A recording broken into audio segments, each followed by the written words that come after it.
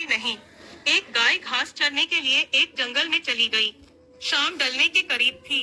उसने देखा कि एक बाघ उसकी तरफ दबे पांव बढ़ रहा है। वह डर के मारे इधर उधर भागने लगी। वह बाघ भी उसके पीछे दौड़ने लगा। दौड़ते हुए गाय को सामने एक तालाब दिखाई दिया। घबराई हुई गाय उस तालाब के अंदर घुस गई। वह बाघ भी उसका पीछा करते हुए तालाब के अंदर घुस गया। तब उन्होंने देखा कि वह तालाब बहुत गहरा नहीं था। उसमें पानी कम था और वह कीचड़ से भरा हुआ था। उन दोनों के बीच की दूरी काफी कम थी, लेकिन अब वह कुछ नहीं कर पा रहे थे। वह गाय उस कीचड़ के अंदर धीरे धीरे धंसने लगी। वह बाघ भी उसके पास होते हुए भी उसे पकड़ नहीं सका। वह भी धीरे धीरे कीचड़ के अंदर धंसने लगा। दोनों ही करीब करीब गले तक उस कीचड़ के अंदर फंस गए। दोनों हिल भी नहीं पा रहे थे। गाय के करीब होने के बावजूद वह बाघ उसे पकड़ नहीं पा रहा था। थोड़ी देर बाद गाय ने उस बाघ से पूछा, क्या तुम्हारा कोई गुरु या मालिक है? बाघ ने गुर्राते हुए कहा, मैं तो जंगल का राजा हूँ। मेरा कोई मालिक नहीं। मैं खुद ही जंगल का मालिक हूँ। गाय ने कहा, लेकिन तुम्हारी उस शक्ति का यहाँ पर क्या उपयोग है?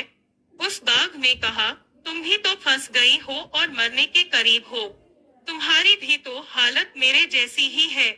गाय ने मुस्कुराते हुए कहा, बिल्कुल नहीं।